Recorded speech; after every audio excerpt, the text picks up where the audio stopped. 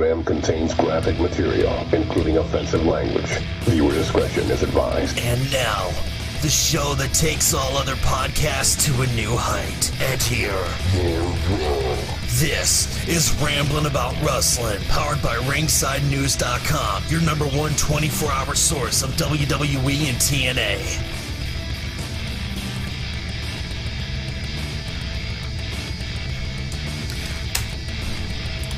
All right. Hello, everyone. Welcome. Oh, well, motherfuck. I didn't even... Goddamn. It's definitely an exciting night here at Ramblin' About Wrestling, you fucking asshole. Because not only is this number 82 of Ramblin', but Lucha Underground is back on the air in its second season, which means the return of Mucha Lucha with Jaybone and the special guest, co-executive producer, Chris DeJoseph will join us during Mucha Lucha. We are the Ringside Ramblers. Dizzy here alongside Bubba, Max, Magius, Jaybone, and the Baron. And by the way, Bubba's a prick. Well, you're the one who missed your cue. We do this, we've done this 81 times.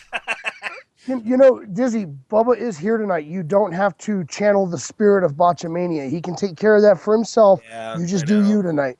I know. Well, we do have some wrestling news to go over, and Bubba will go over Raw with us. But first of all, how is everybody? Fabulous. I don't know if I could go over Raw because I skipped. I missed like the last hour because I just didn't care. Nah, piss on it. It really was. You should have watched it. The main event was amazing. I know. It was New Day. Who cares? It was amazing. Roman Reigns was in it. That sucks. It was a great match. It really was. It made Dean Ambrose look strong. Yeah. Until he got F5. Spoiler alert. Well, I mean, it was all right. I did like the New Day. Fuck Roman Reigns, and yeah. But if it's okay with everyone, I would like to start on some wrestling news because a big announcement was made. And it does involve a former WWE star, and as always, news brought to you by RingsideNews.com. I guess we all know that Bret Hart took to his Facebook page and openly admitted that he's currently fighting a battle of prostate cancer. We here at Ramblin' would like Bret to know that if you ever hear this, man, we are backing you 100%, and we hope you kick cancer's ass. Hashtag fight Bret, fight. But Chris Jericho reacted to the news of Bret, and he said this on his Instagram feed. Since I was a teenager, Bret the Hitman Hart has been a hero and an inspiration to me, and today he continues to inspire me by going public with his battle of cancer, joining me by standing by him and fighting with him until he beats this disease. Hashtag Hitman Forever. Yeah. Sad news. It's very sad news. Did they say what stage of cancer he is? No, I don't think he ever said what stage. Okay. No, but according to him, he's going to be undergoing the surgery sometime the next couple of days, and he will update us as soon as possible. Yeah.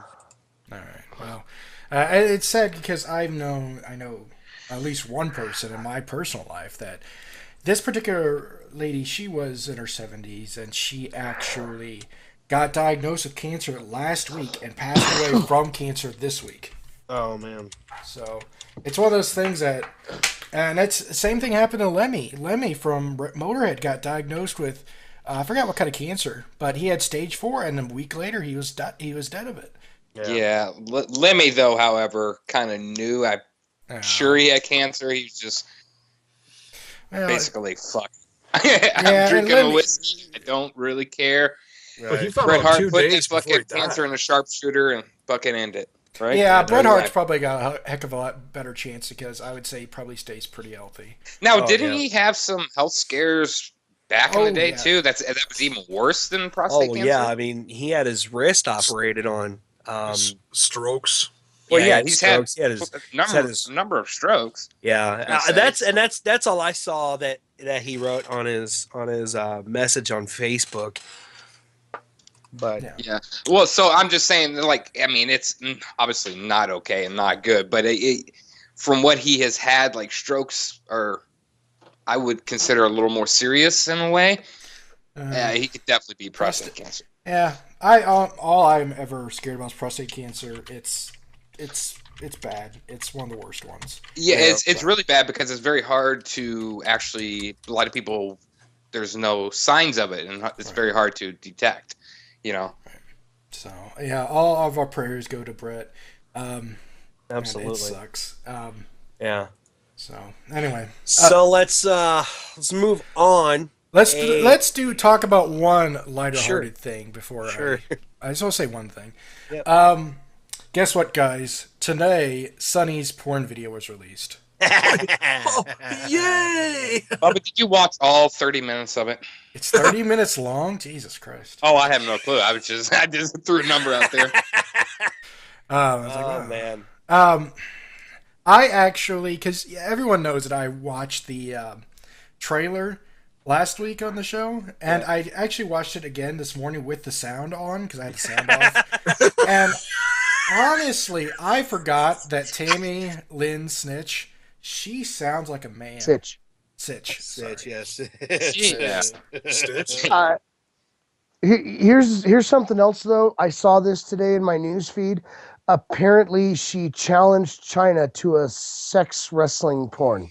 Yeah, that's what Jaybone and I were talking about before we went on the air. Who would win that bout? No one would win that bout. Not the fans, no one. Fans, that's for sure. That's a double count out. Yeah. I'm tapping out right now, folks. Yeah, at this point, God, I feel bad for her because honestly, she isn't that bad looking, but she's really hard up for some money. I don't think it's like even attention that she needs. It seems like she just needs money. Yeah.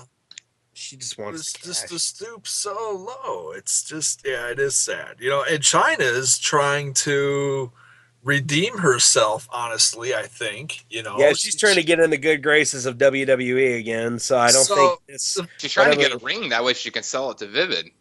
Yeah.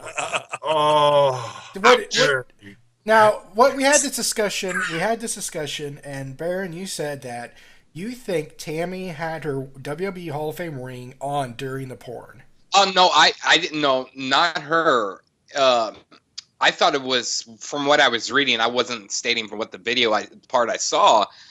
From what I was reading, the guy had it on. Oh, no shit. Mm-hmm. Wow, that's even I don't more. know if that's true or not, because obviously I have not watched it. Yeah, we didn't go through frame by frame. I'm sorry, but we're not going to do that. There's people out there, that's for sure. I don't. You see, I didn't grow up watching Sunny, so I did, and I was she was like Sunny back in the day with Bart Gunn and oh God, yes, Billy Gunn. I mean, what was it? Smoking Guns, right? Smoking Guns, yeah. And I was Belladonnas absolutely obsessed with her. Like, oh yeah, like she was Lana, the hottest thing on. Oh yeah, she was gorgeous. Yeah, she was the hottest thing on fucking WWF.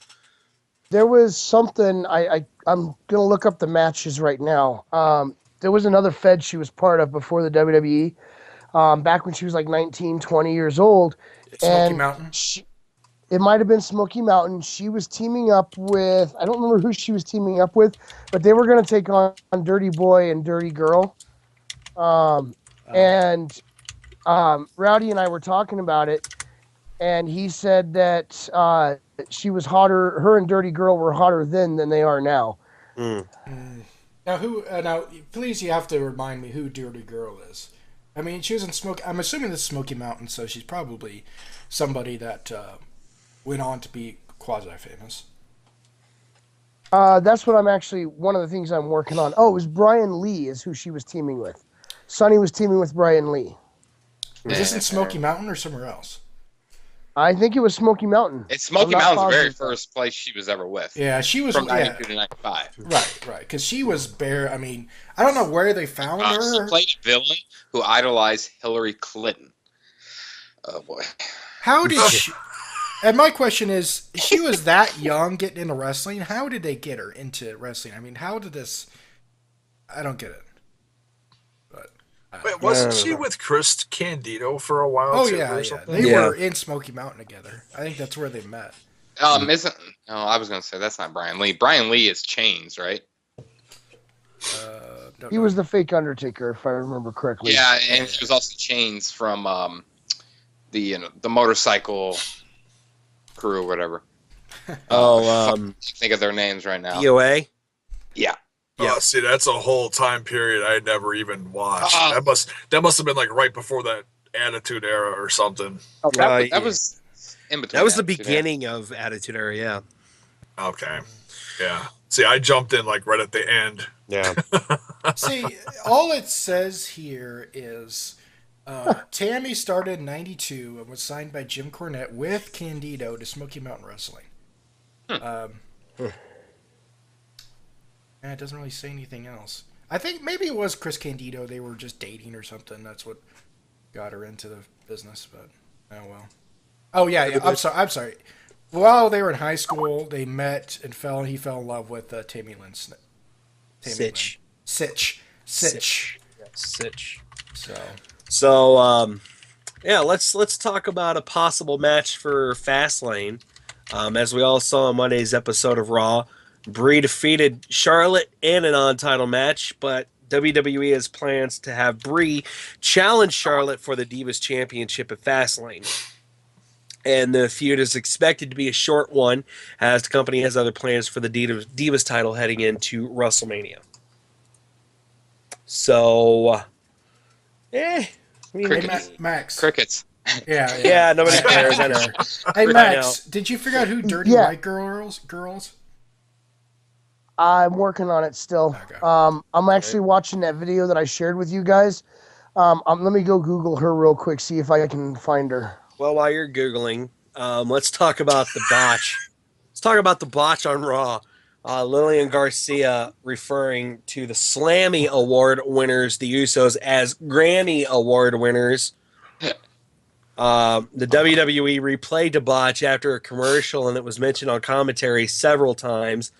I mean, Lillian took it as good humor. You know, she went to Twitter and said, "Music Side of Me came out in that match," and then she said, "Look what I found. Let me tell you, once you get one of these in your hand, you can't think of anything else." And she posted a picture of, I guess, her Grammy Award.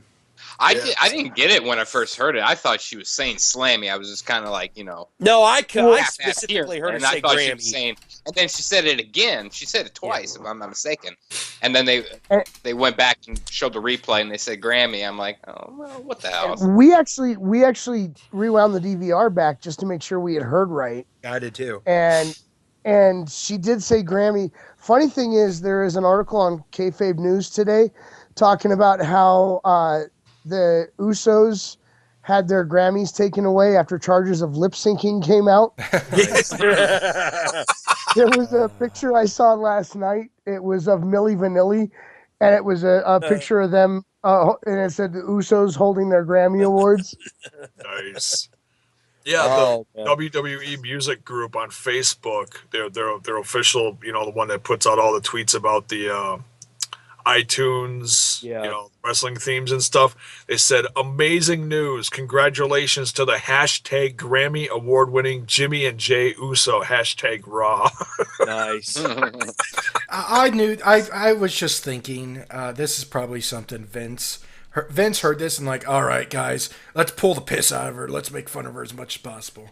Yeah, because he does that. He just likes fucking with people. And she's a pretty good sport. Yeah, and she is. All credit to her. I know Jim Ross. She has a Grammy, too. That's she does. That's crazy. I mean, if she has a Grammy, why isn't she singing? That's a pretty substantial award. Well, she was, but it was a Latin Grammy. It's not a American Grammy. But let's be honest here. They pass those things out to almost everyone. So I could go to Mexico and just sing La and get a Grammy. That'd be cool. Well, I think even Mexico, they have standards. I'm talking here in America. We kind of just pass those things out to anyone. Oh, we see. American Grammys. I thought you meant the Latin Grammy.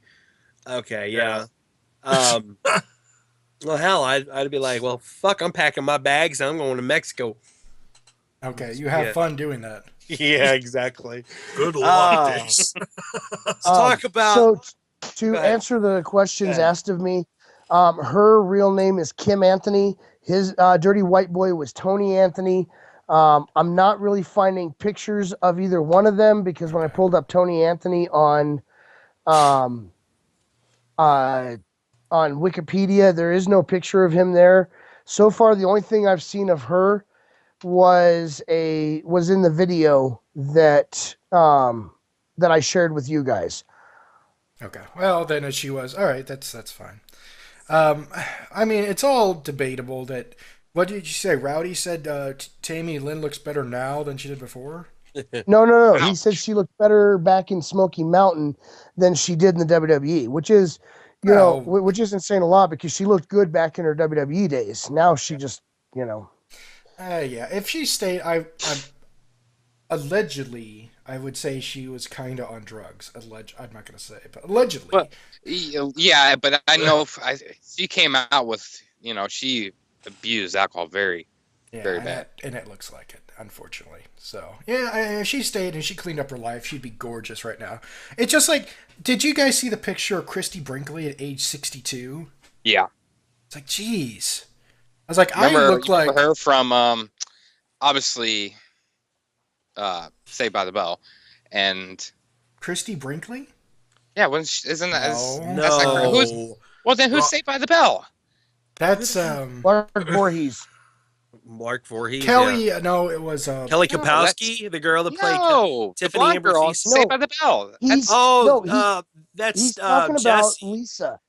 No, he's talking about Elizabeth Jesse. Berkley? The blonde hair. That's Elizabeth Berkley. I'm getting names mixed up left and right. Mute. Jesus Christ. Christy Brinkley. She was in the first.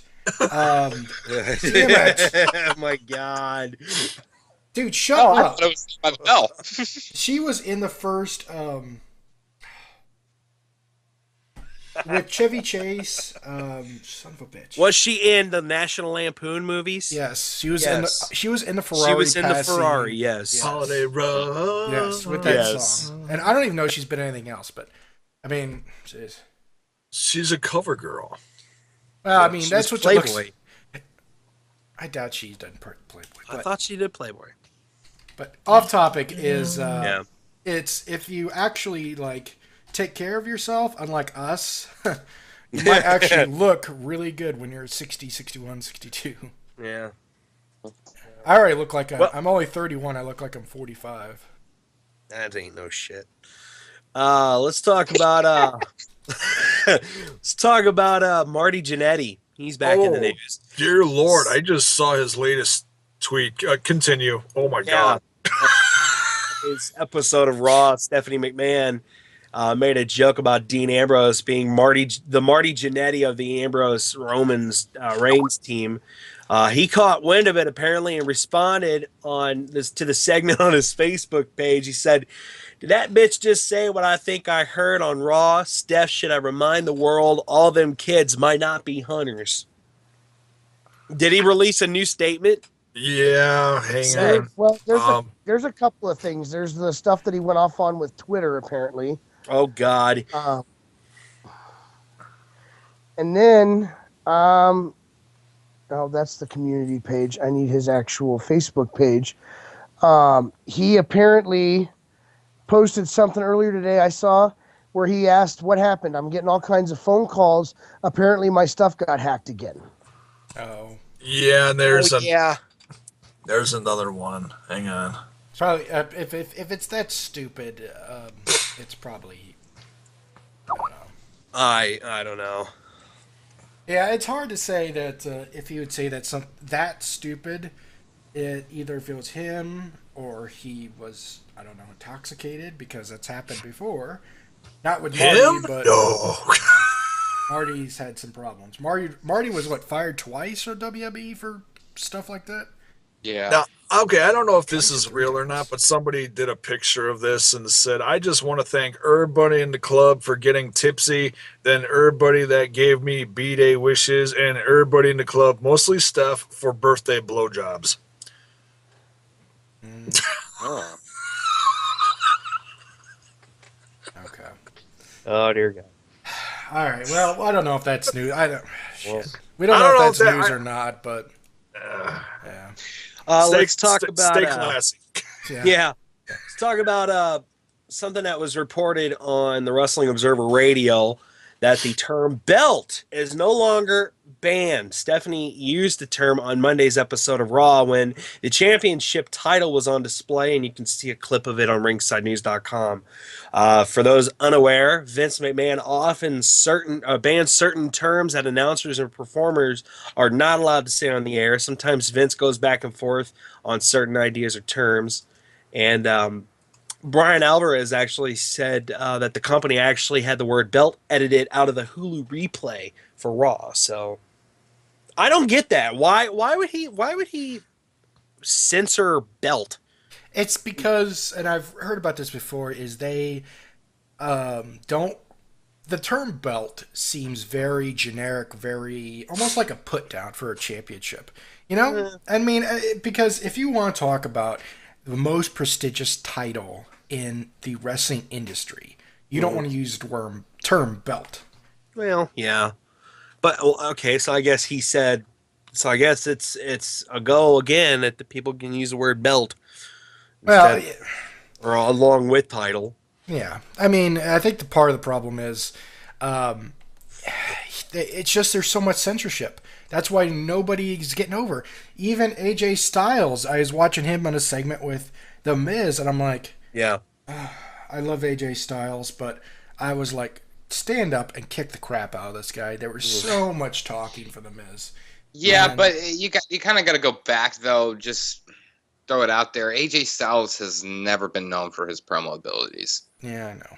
He's never been very good. So, I mean, I've always kind of expected if he was going to transition over to WWE, it was going to be pure wrestling. And, you know, the fact that he's in WWE and the crowd's behind him, but his promo skills are, I wouldn't say as bad as Roman Reigns, but they're not that great.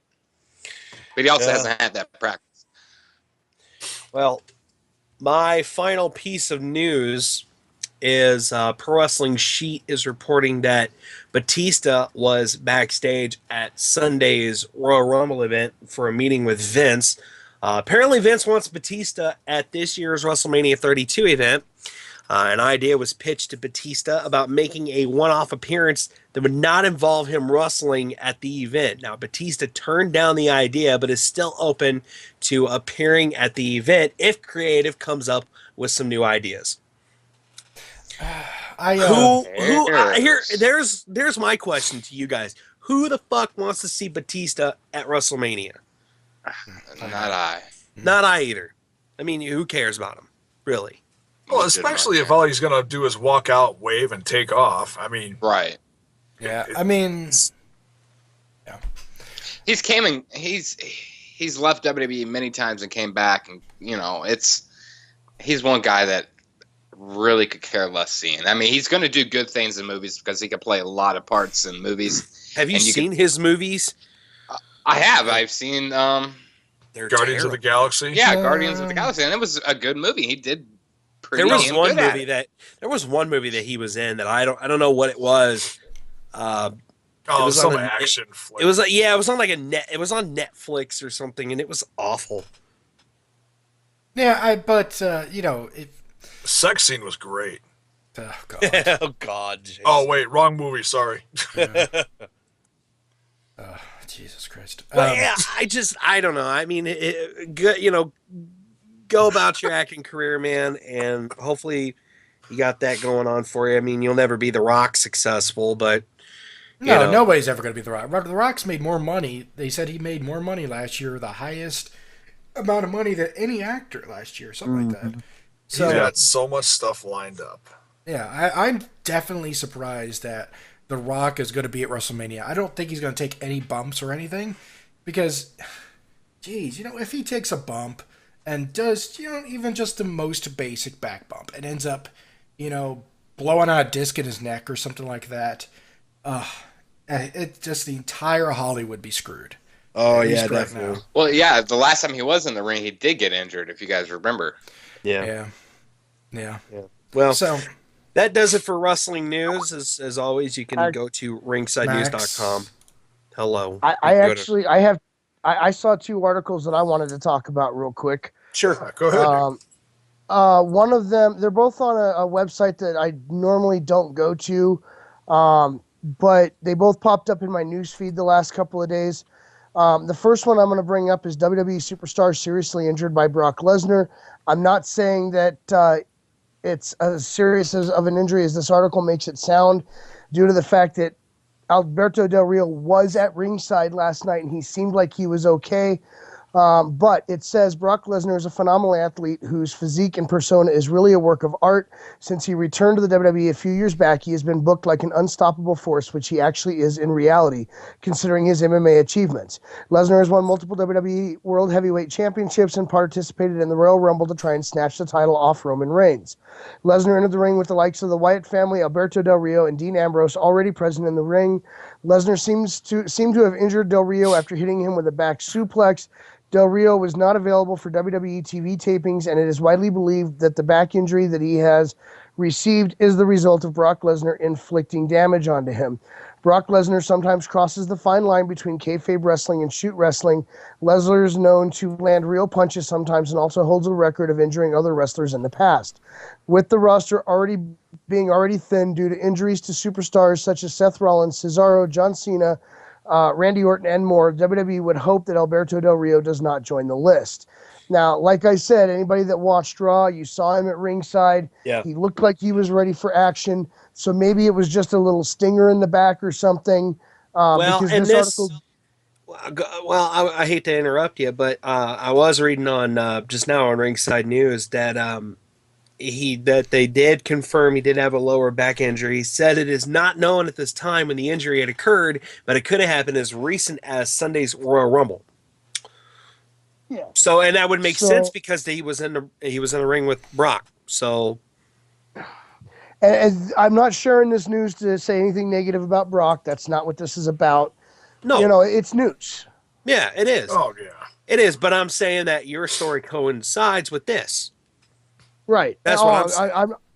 I wasn't saying you were trying to say I was trying to be negative towards Brock. I'm just no. I'm not. I'm not saying that. I think I know.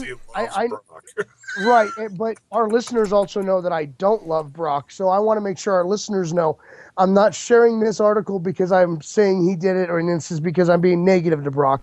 I'm sharing the article because it's wrestling news. That's why I'm sharing it for all you listeners that know how I feel about Brock. Sure. Okay. Well, that's it for the other one. Go ahead. Yeah, the other one. I said two. The other one is. Oh, you should have just kept going. Well, I had to take a drink, because going back and forth about Brock with you dries my throat out. Something else dries your throat out too, doesn't it? Well, TNA considering taking legal action against wrestling trio WWE AJ Styles update. TNA is considering taking legal action against a trio of wrestlers after they backed out of their contract with the franchise. The wrestlers in question are AJ Styles, Doc Gallows, and Carl Anderson. Are you fucking kidding me?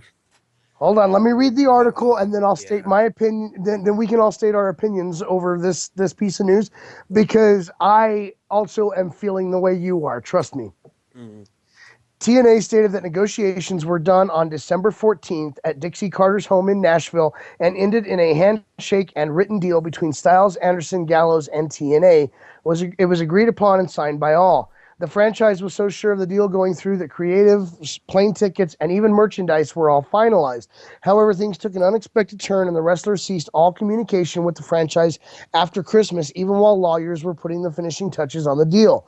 Further shock arrived when the wrestlers' lawyers contacted the franchise and stated that their clients were not interested in honoring their agreement with the franchise. Styles was a longtime target of TNA and they were in contact with him since November, during which Anderson and Gallows also entered the fray. TNA felt that Styles would make a perfect addition to Pop TV. Gallows and Anderson were also former New Japan Pro Wrestling alumni, much like Styles, and were a part of TNA's plans. The initial dealing, which took place on December 14th, could not have gone better and even culminated with the coming up of logos and creative storylines. Officials of the franchise insist that agreements were signed, although no lawyers were present at the meeting. And before I finish this article, that's the mistake that TNA made. Anderson and Gallows have failed to contact the franchise, but Styles did in fact get back to them this week and stated that his family was his priority and he would make decisions with them in mind. The statement issued by TNA noted that the franchise was displeased over the breaking down of communications and stated that the wrestlers wronged them by backing out of the deal. By publishing the statement, TNA wants the truth to spread amongst their fans. There are rumors going around of TNA pursuing legal action against the trio or maybe even against WWE, but word is that as of late Friday, no decision was made. Another rumor doing the rounds is that TNA published their statement just before the upcoming Royal Rumble, which Styles was said to be could possibly have been part of, which we now know he was part of it, of course, so that any potential move on the show could be thrown into jeopardy. Here's my thing.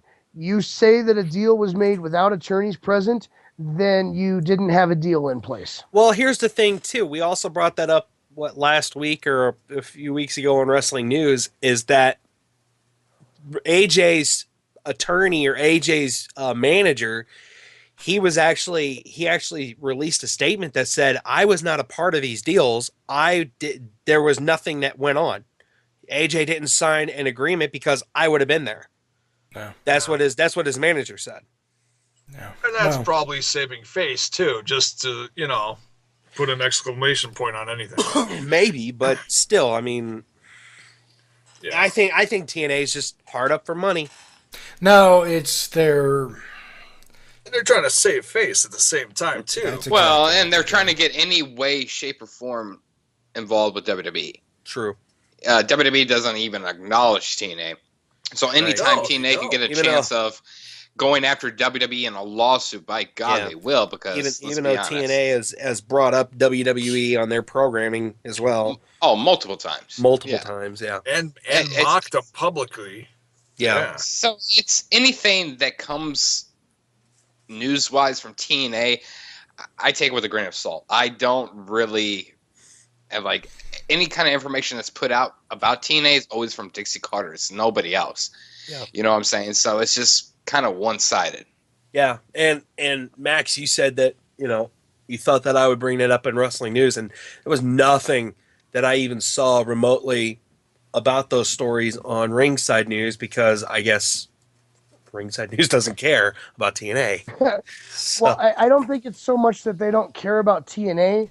I don't think that they put any legitimacy in what they saw. Nothing against the website that posted the article. I mean, as far as TNA actually doing something about this, I think that most everybody that's looking at this, I mean, the writer of this article seemed to take it from the perspective that what TNA is saying is true. That's not my opinion. My personal opinion on this is, if you had AJ, Gallows, and Anderson in your house negotiating a deal and you didn't have your attorneys or theirs present, you pretty much set yourself up for failure. You should have had some attorneys there, especially if signatures were placed on documents. This is your fault. This is nobody's fault but your own. If you're going to sue somebody, please sue yourself for making a mistake of this magnitude. You cost yourself AJ Styles. The WWE, AJ Styles, Anderson, and Gallows did nothing wrong. Yeah. They made negotiations and they came up with something that worked for everybody. They're workers, yeah. Then wrap up your little TV production there, TNA, because nobody gives a fuck. Oh. So, except for icon Matt Hardy. Yeah. So, anyway, that does wrap it up for Wrestling News. As always, you can log on to ringsidenews.com for 24/7 access of all wrestling news stories. Now, Bubba, you said you did watch a part of Raw, or the first 2 hours of it? Yeah, the first 2 hours of it. Okay, let's go ahead and talk about that before we move on to Mucha Lucha with Chris DeJoseph. Well, starting off, we have, I think, Lesnar came out. Which was awesome. Lesnar and Heyman, yeah. And Heyman, of course. And, of course, Heyman is still one of the best promos of all time. Definitely. And he is awesome. And he is running down Dean Ambrose. And, of course, Dean Ambrose comes out. And one thing I noticed is Dean Ambrose, I like Dean Ambrose's character, but I really wish I would have watched him in CZW when he was the psycho with John Moxley, the guy that was just nuts, the guy that, just stuff like that. Well, and that's the thing that they kept saying, like that I kept hearing, is that this is just a walk. Suplex City is just a walk in the park for Dean Ambrose. And then they were referring back to his John Moxley character and all the matches that he had as John Moxley. Yeah. So it's just my thing is though that the way Dean Ambrose explained it in the ring on last night during Raw. He's not saying it'll be a walk in the park. He said it's going to hurt. He said, but I'm willing to take it because I want that belt. Right. Yeah. No. Yeah. And he cut a great promo. Yeah, it actually really was good. What's even better is watching Brock Lesnar just stand there and laugh at him. And laugh, but it wasn't just a laugh. It was that, I'm going to piss down my leg laugh. Yeah. In my opinion, that's what it looked like. I'm like, oh, God, he's scared. Without giving he's away, not scared, but we know better. Without giving away too much from the main event, I just do want to say that the conversation between Heyman, JBL, and Cole, because, really, I don't think Byron Saxton said more than 2 words during that conversation, was really telling of what's going on, especially if you watched the timing of JBL's comments about how Dean Ambrose might be crazy and maybe he does know what he's doing. And in the ring, you're watching Dean Ambrose. He's in the corner and Kofi's chopping him, and he just steps forward and goes, "Do it again."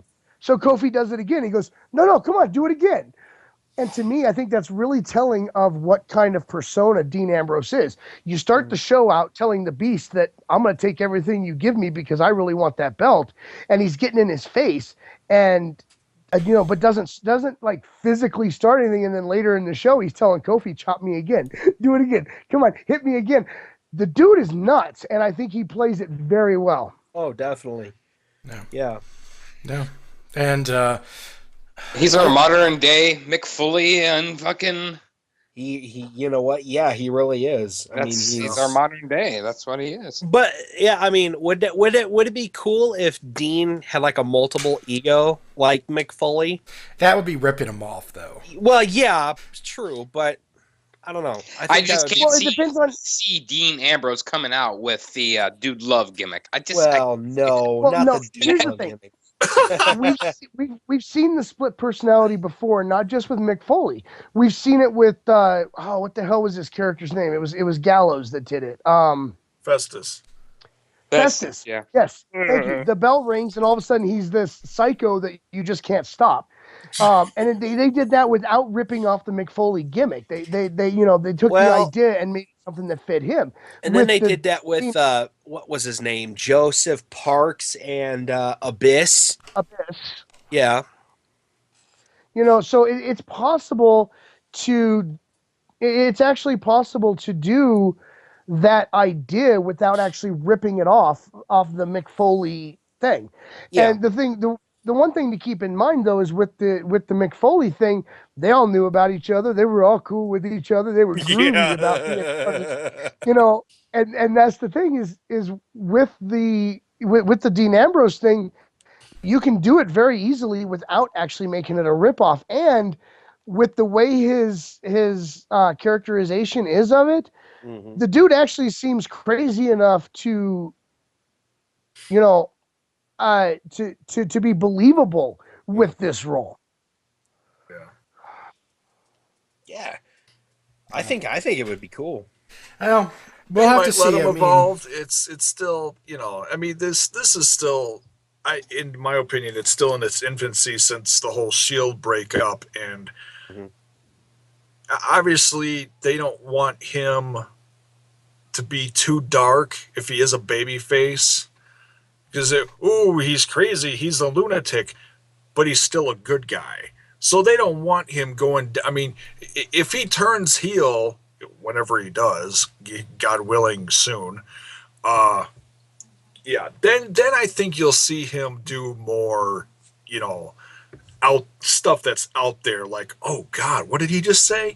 Stuff that'll really kind of get the crowd going. And I really hope so. Yeah.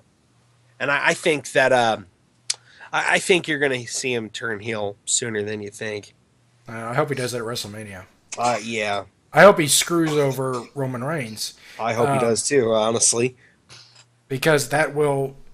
It makes sense. It really does make sense. And they just got to do it. Because right now, Roman Reigns, they're going to push him to the moon. But they really don't have much going on with Dean Ambrose other than he's a face that is likable. I mean, likable to the point where he's unexpected. He's not boring just because he's a lunatic or what do you want to call it. But they could do so much with him being heel.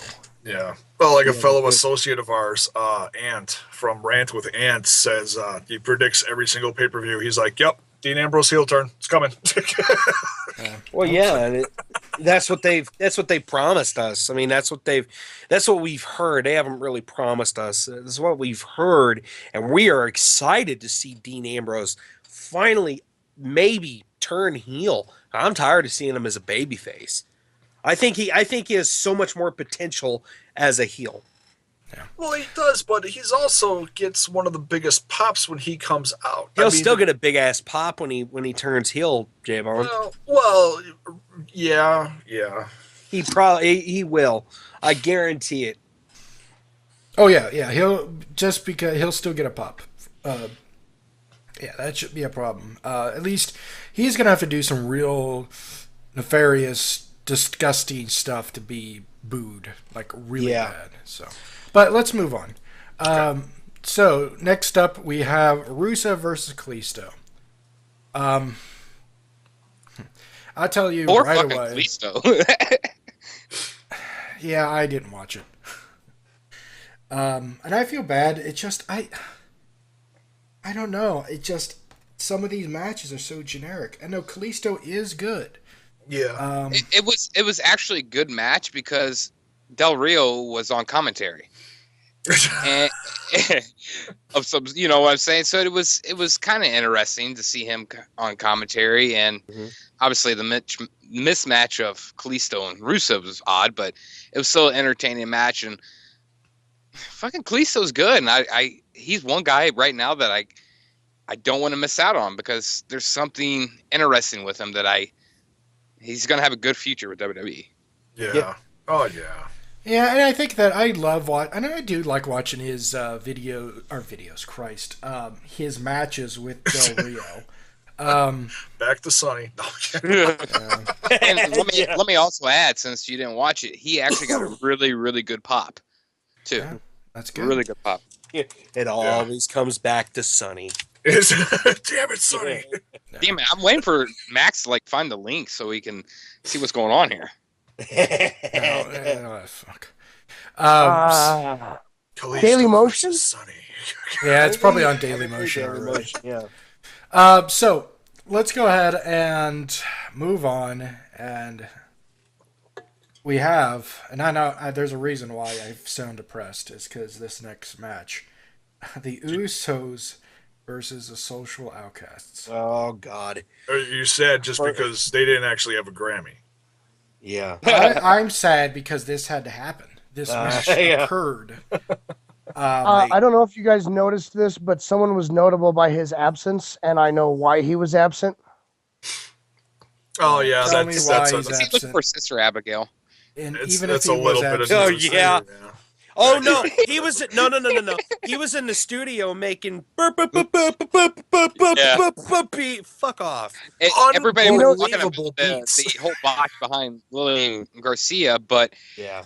the promo that Social Outcast cut coming down to the ring was probably 10 times worse, and nobody talked about it. You guys do know why Bo and Bray weren't there, though, right? Because Bray wasn't there either. That's why they didn't have their confrontation. Yeah. why? What happened? Blackjack Mulligan, their uncle, is hospitalized. Oh. It was, and it's apparently critical enough that they ended up leaving Raw. The two of them and IRS all ran to the hospital just because it looks like this is going to be the end of it. Oh. What's wrong with Blackjack anyway? I'm honestly not sure. I know I know his health has been slipping in recent years. Let me check.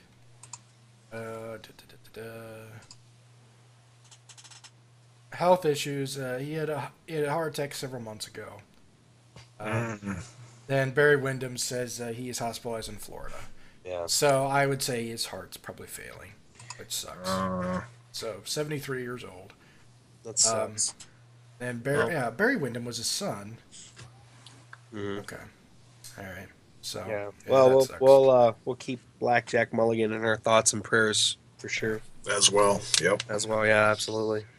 So, moving on. To the Grammys. Again, I skipped everything, so it doesn't matter. So the next up, we have I actually wanted to watch this because it had AJ Styles in it. So yeah,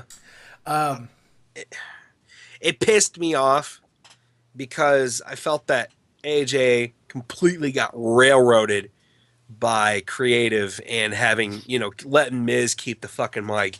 How is he going to work on his promos? How's he going to work on his mic skills if they're not going to let him have the mic? Is he? Think about it. I understand he's only been there 3 days, but still. That's the point. There's a psychology to this. Yeah, go ahead. That is the psychology behind it. Is they're making the Miz such a loathable, annoying, idiotic heel that they want AJ to come up and punch him. Now, we all know AJ Styles. He doesn't cut the best promos. That's fine. He doesn't need to cut promos. He's awesome in the ring. He's got a look to him. And the crowd loves him. So he doesn't need to cut promos.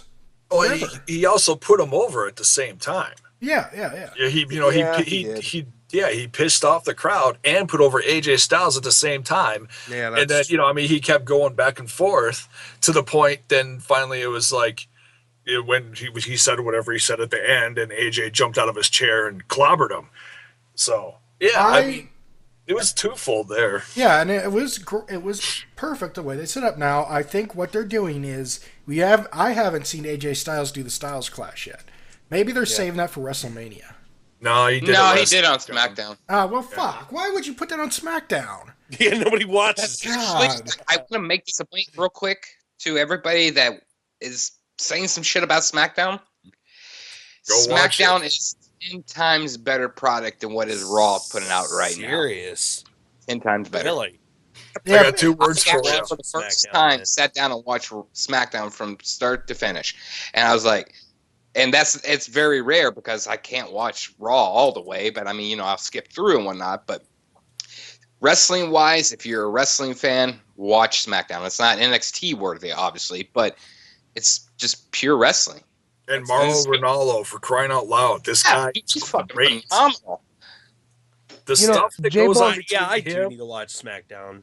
Me too. Jaybone and I were just talking about this yesterday. Actually, I stopped watching SmackDown for a long time because it was whatever was different from Raw was boring and predictable, and the rest of the show was same old rehash shit from Monday.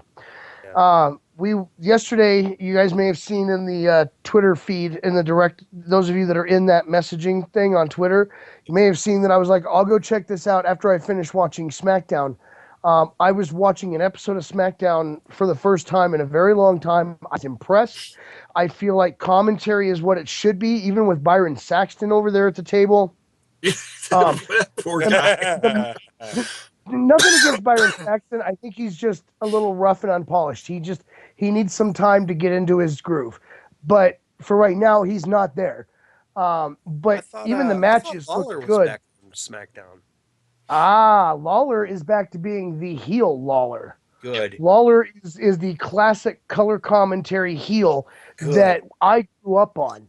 And then you got Mauro Ranaldo, who is your classic play-by-play, getting loud because of what's going on in the ring, face/unbiased play-by-play announcer.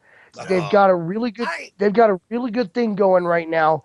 And if you haven't checked out SmackDown, you probably should. I need to start recording SmackDown then, and to start watching it because that sounds really cool. I loved heel Lawler.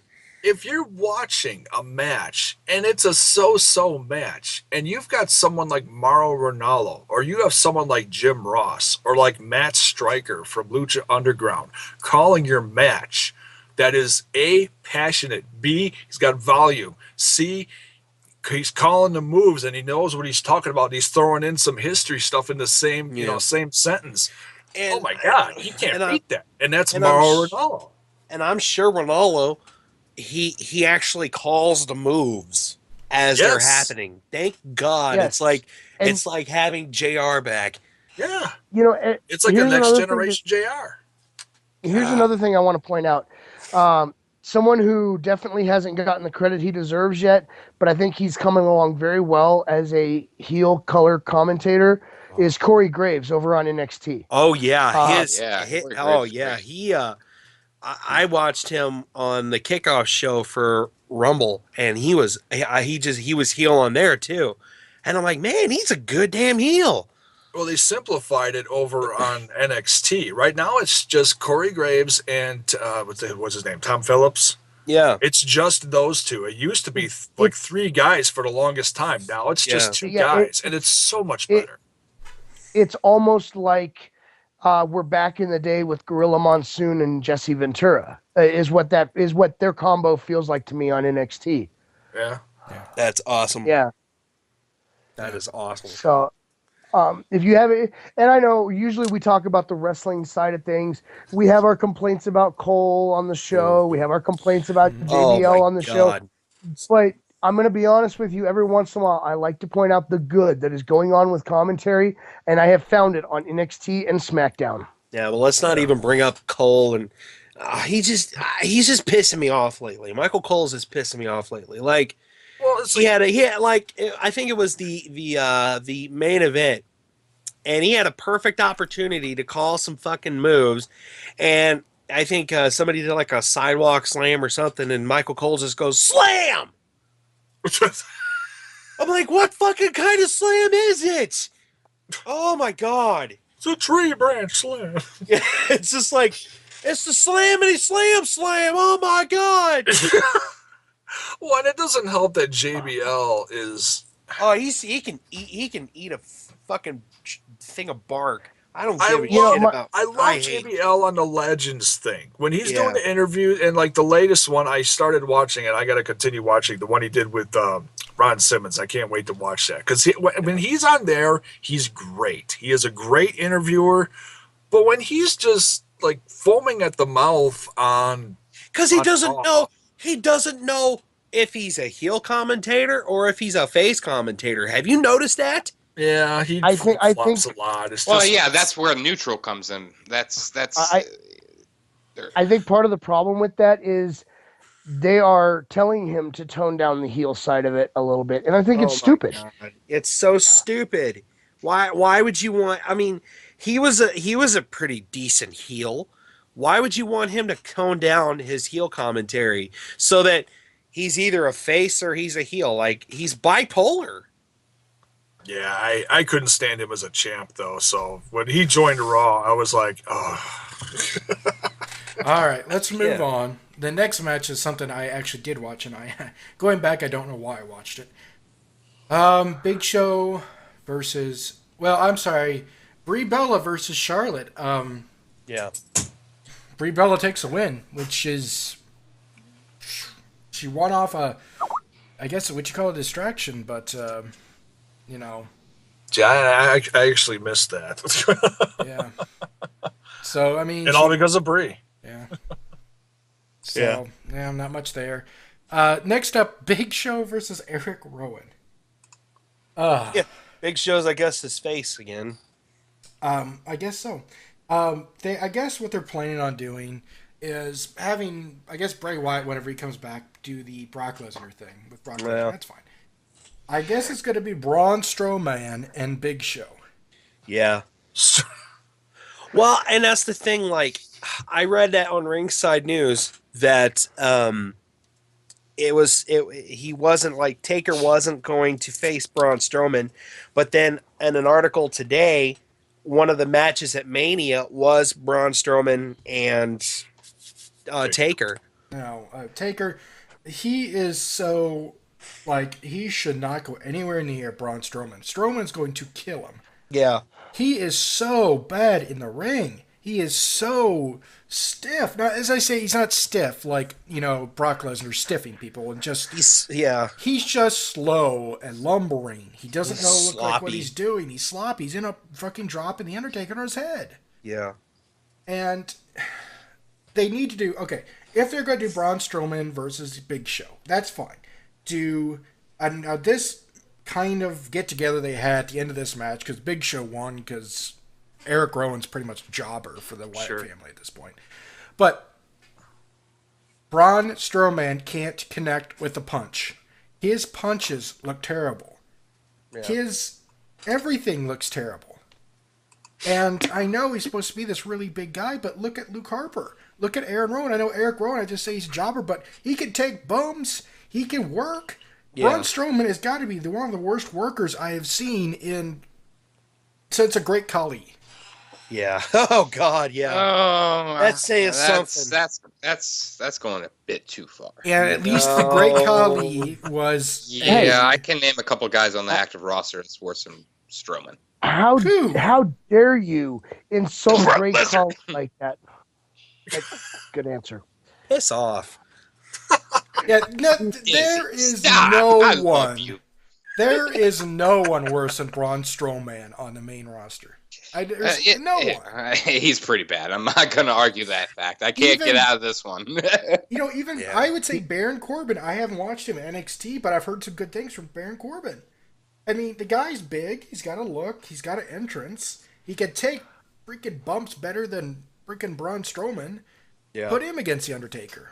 Well, he's had good matches with Apollo Crews. I mean, he started out with these 10-second matches that the crowd would literally count off because he'd have his finisher and stuff. But, he's gone on to have some decent semi-main event matches. He's getting better. Yeah, and he's got to be better than freaking Braun Strowman, which, honestly, he shouldn't be in the ring. I mean, he's going to hurt somebody. And now Eric, even Luke Harper, put Luke Harper versus The Undertaker. Luke Harper can work. Oh, God. Really freaking well. So, that would be incredible. Yeah. So have Wyatt. Here's the thing, though. If you do something like Braun Strowman versus Taker, then one thing that you need to keep in mind is if we were doing this 10 years ago, he would need to work better than he does now. The fact that we're doing it now, we're talking about a match that's going to be high impact but low on the move count. Yeah. We're talking two big guys, one who's almost done with his career. No offense, because I love the guy. I think he's an amazing guy, but his career is almost over. He has to retire at some point. Right. Versus a big guy like Braun Strowman, who doesn't have that mobility built up yet. So it's going to be high impact but low on the move count. So it's not something you've really got to worry too much about, honestly. I'm not worried about that, but if this is this is Texas, the biggest WrestleMania ever, possibly, and this is Taker in Texas, where he's from, they should put him in, maybe not the main event, semi-main event, with a guy that can work. Not like, how great of matches he had with Shawn Michaels, because The Undertaker knows how to work, and Shawn Michaels is the best worker in the industry. Now, if you get somebody like The Undertaker versus an awesome bumper, somebody that could just take bumps and sell and be great. Undertaker versus like AJ Styles. Or The Undertaker versus... I thought they already had a name in mind that they were planning on putting against Undertaker for WrestleMania. Yeah, Braun Strowman. No, actually, it's Braun Strowman and...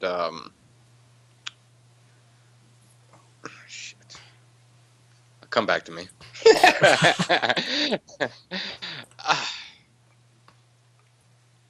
Yeah. Braun Strowman and Lesnar God. was supposed to be the WrestleMania thing they were going for, and it was also even mentioned that it was Strowman and Big Show, but now they are pushing that maybe for Fastlane. So, it's typical news and whatnot, so you could take it with a grain of salt, but I think they wanted the big guy versus the big guy going on at WrestleMania. Did you guys see what Lesnar did to Strowman on the Royal Rumble? When Strowman, I don't know if Strowman, probably he just forgot to sell or didn't know how to sell, Lesnar started just beating the piss out of him until he fell over. Yeah. Well, could you just imagine like a match between those two? Like, well, I could see Lesnar. Makes sense. I could see Strowman forgetting to sell or not knowing how to sell correctly, and then Lesnar just beating the shit out of him. Yeah, but that would be it. There would just That'd be it. Punches, because he's not going to be able to hit suplex after suplex on Strowman. So that would be a terrible, terrible fucking match. There isn't very good matches you're going to get out of Strowman. Maybe, have him be against the Big Show, just one match. They could do the same thing. They could do like a TLC match or something with the gimmicks, and they could pound the shit out of each other with gimmicks, and it'll be decent. So now I did a little reading up, and now considering from Brian Alvarez of Wrestling Observer, Vince McMahon is very high on Undertaker versus Braun Strowman. Oh. So this is a Vince McMahon thing. So let's hope Triple H or someone gets in the head of Vince and says, let's not do that, please. Yeah. Undertaker says, no, I don't think so. Yeah. That's just a terrible idea. So, I've heard little things about Goldberg coming back. I don't know. I've been seeing that pop up here and there too, but I wouldn't mind seeing that. I've been a Goldberg fan for a long time. Yeah, but backstage wise, he is the complete fucking asshole. Meaning, like, he doesn't agree. He's kind of like a Batista in a way. He doesn't agree upon any type of, storylines or any kind of pushes. It's all about what Bill Goldberg wants to do. It's not about what the company sees that can work out. And I can't remember what interview I watched. It's been a couple of years, but they said Goldberg is one of the hardest people to work with. Yeah. So, we'll have to see. But moving on, obviously Big Show wins the pinfall, and then the Wyatt family come down and beat him up. There's a couple good spots here where they body slammed Big Show onto steel steps. All right. Next match is we get Titus O'Neil versus Tyler Breeze. I did notice one thing is that finally they got Tyler's entrance working. So hopefully, maybe that means something. They actually have his entrance working, so they'll actually give a damn.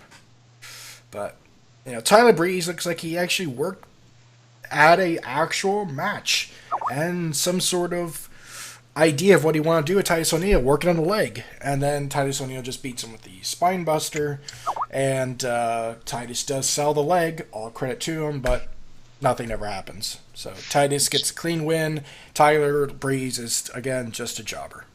And I said this as soon as they promoted him. That's a guy that should just stayed with NXT until the end, because WWE is not going to know what to do with Tyler Breeze at all.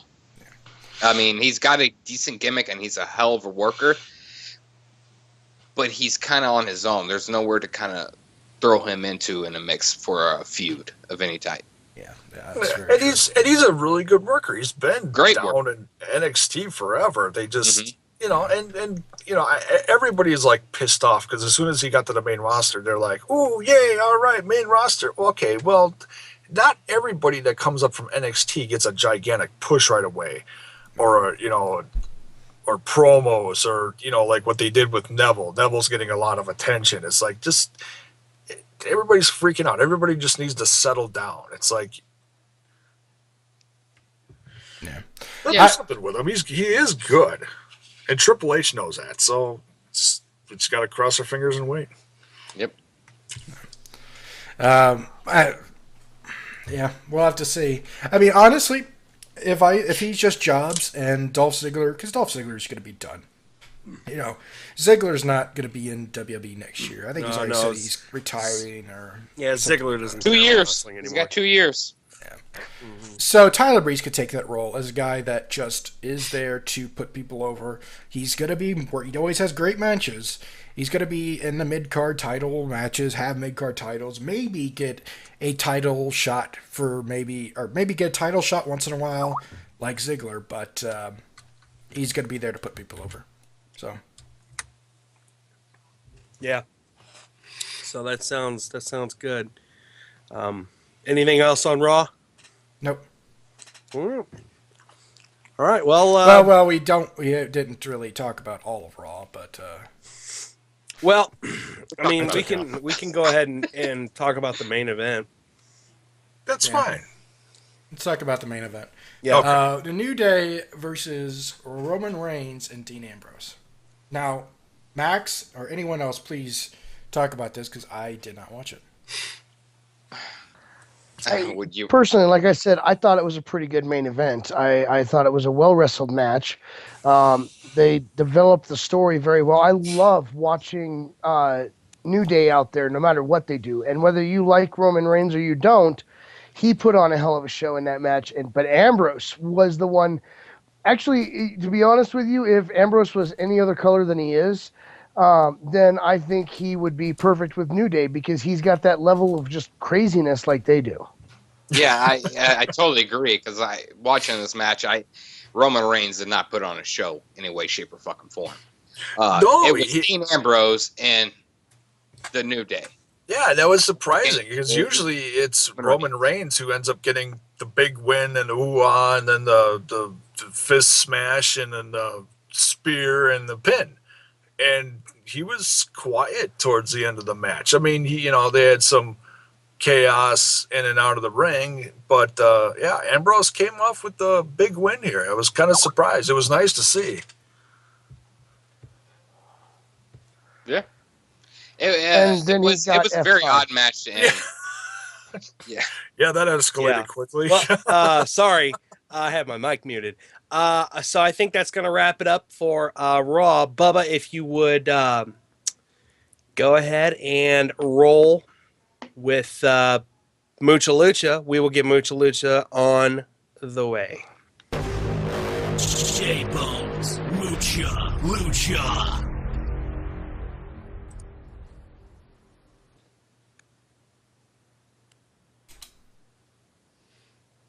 Oh, Mucha Lucha fans. Lucha Underground is back.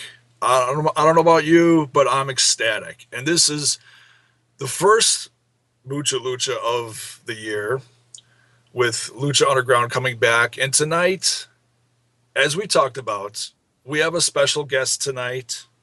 Hello. Chris DeJoseph, welcome to the Rambler About Wrestling podcast. Hello. How are you tonight? I'm great. Thanks for having me. Yeah, thanks for coming on, man. Yes, thank you for being here. So, you've been pretty busy lately. Yeah, very busy. It was very hard for me to get on the phone with you guys today, too. I got stuck in traffic coming from Hollywood. We had an audio episode 6. So I thank you for letting me come on so late. I apologize for the other times I've probably canceled. And it's cool to be on here and talk with you guys. Well, first of all, we want to congratulate you on season 2 starting up again with quite the first episode. And secondly, we want to congratulate you and everyone else involved in Lucha Underground on season 3 being announced a few days ago.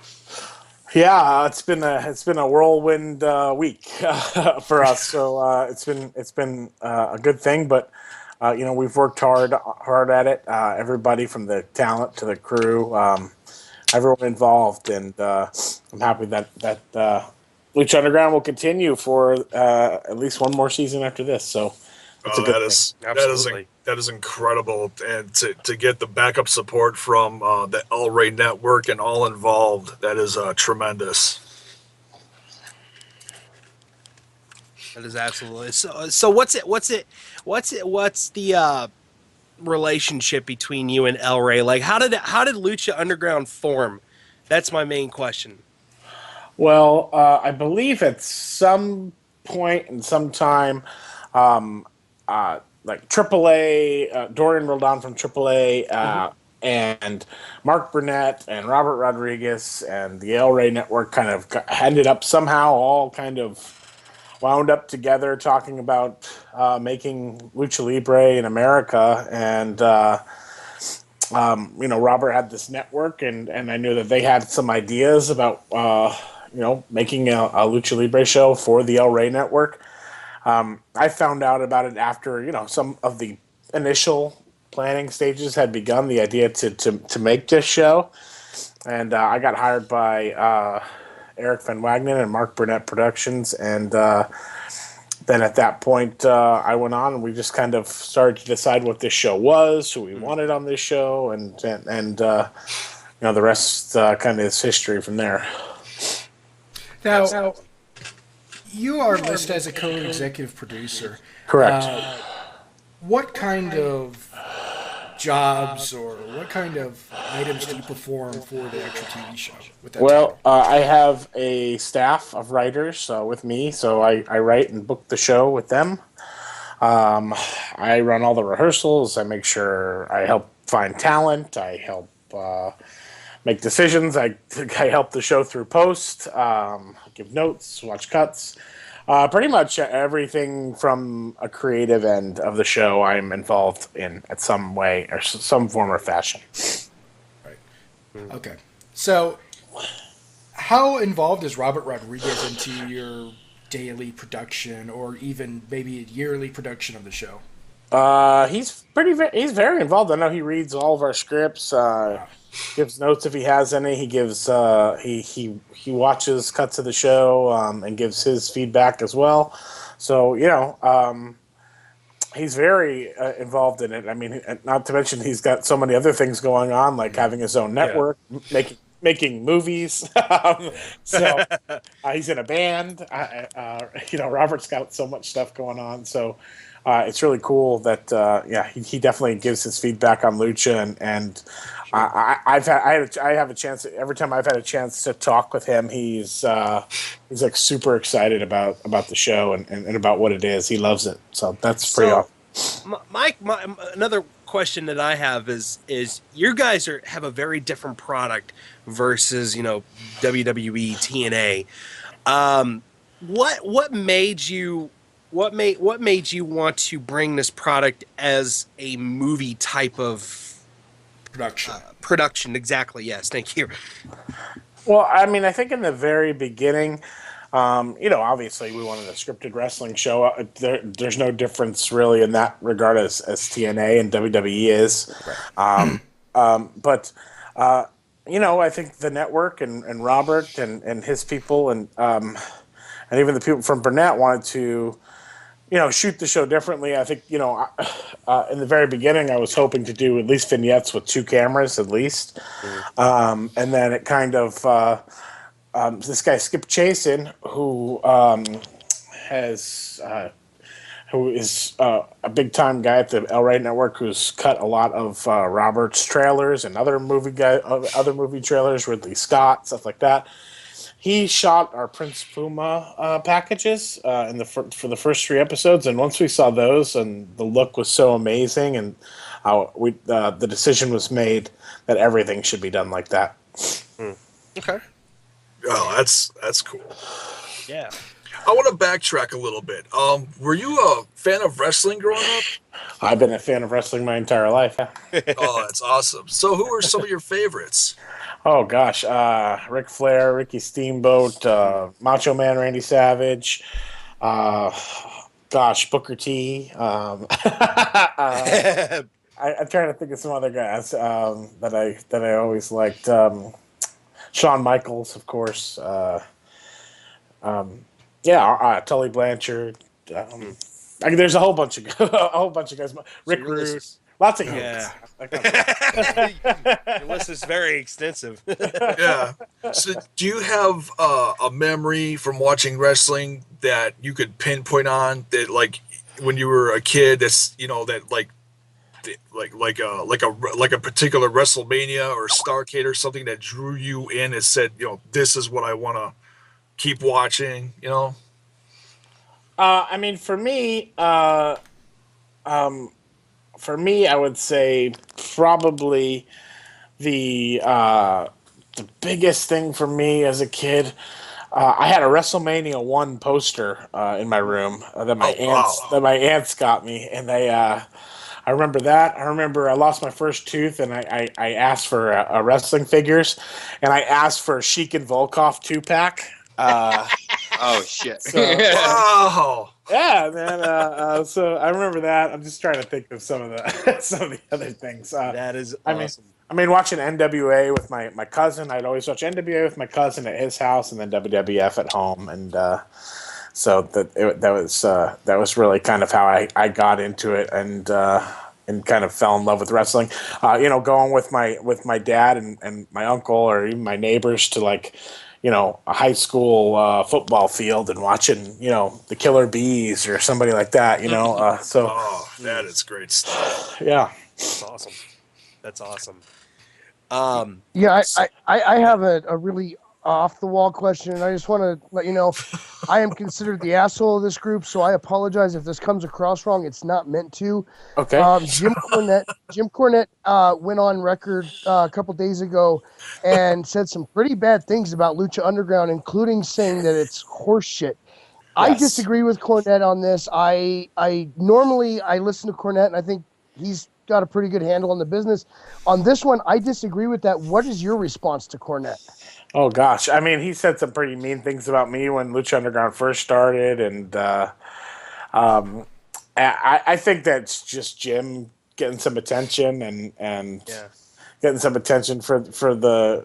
I mean, I think it's helped get attention for Lucha Underground too, so that's a good thing too. But I mean, for me, I think it's a little out of touch, and I think that wrestling is never going to be the way I think that he's describing it to be. I don't think it's ever going to be that way again, where people are going to say, "Oh, it's a legitimate sport," and I don't think so. I think that I think that wrestling needed to evolve and needs to evolve.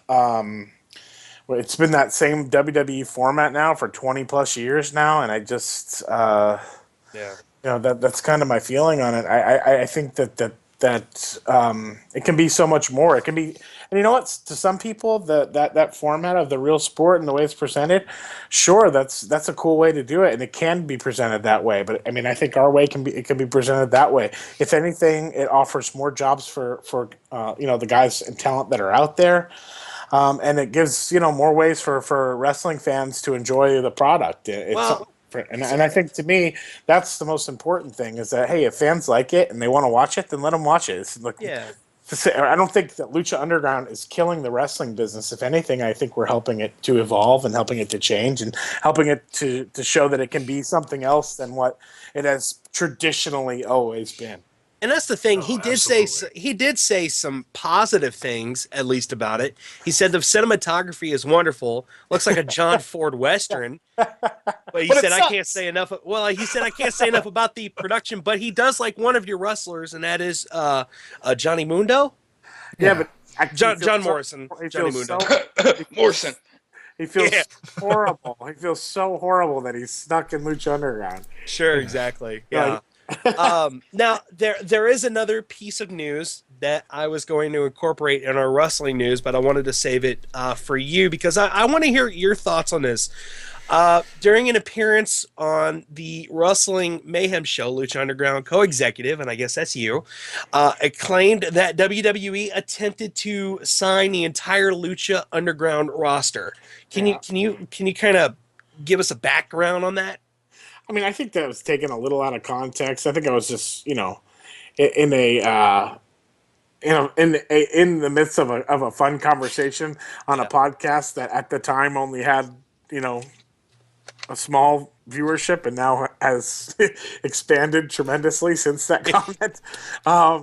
But I mean, to me, like, hey, it's true. I mean, those guys, I've been contacted by the writers from WWE telling me that that they want our guys. I mean, it's no secret. I wouldn't see why they wouldn't, but hey, I mean, what? I don't understand what's so controversial about it. Right. Well, I don't. Right, I just, this. If anything, man, this is a place where you can clear the air, because we find all these stories and we have nobody to back up what they're saying. You know, and especially if it came out, if it was brought against you or brought up with you, then, I'd rather clear the air with you. Right. Yeah, I mean, personally, for me, it's like, sure, they contacted guys. We have our, we're a business. We have talent under contract and things like that. I mean, the same thing happened, with TNA and Hernandez. I mean, people are always looking at other talent. We're not, I think that, I think you're always trying to keep your eye to the street for guys. And yeah, sure, WWE had approached a lot of our guys after season 1, trying to get them. Do I think that what they're trying to do? I think I know what they're kind of trying to do. Sure, I worked there for a long time. I have a pretty good idea. So, I mean, I don't know. Call it controversial, call it what it is, but it's the truth, and I'm sticking to it. Sure, absolutely. Right. Well, I think straight. Right. I think that what a lot of the guys in Lucha Underground, I mean, if you look at like Johnny Mundo, Johnny was in the WWE, everyone knows that, and I'm assuming because in the WWE you still work 250 days. How many dates do WWE guys work? A lot, I'm assuming, correct? Yeah, probably anywhere from 250 to 300, I would imagine. And in Lucha, how many dates you guys think your wrestlers work? I mean, counting vignette, it depends for an entire season. I mean, they're probably, I don't know, let's say maybe 10 weekends, maybe a little bit more. Right. 10 weekends. That's incredible. Right. So if you look at it, and I totally understand this, there's guys that they love doing Lucha Underground. They love the atmosphere. Why would you want to go and put your body on line for 250, 300 dates a year? Mm-hmm. Yeah, especially when you can still go work. We still let you go work Japan. You can work all other non-televised shows in America, and at the same time, a lot of our talent are branching out into acting and movies and other television shows. And I mean, some people have other things that they want to do, bodybuilding and stuff like that. So, I mean, for us, it's kind of it's a cool environment. Everybody's part of the show, and I mean, not only that, it's a little bit more free environment than at least at WWE. I know, because that was one of the main things that I wanted when I came onto the show, was to kind of create a no stress environment where talent didn't have to be afraid to share ideas and be themselves. Right. So I think that's one of the major problems I had, while I was at WWE. But hey, when you're there, you do what they want, and you do things the way that they do them. And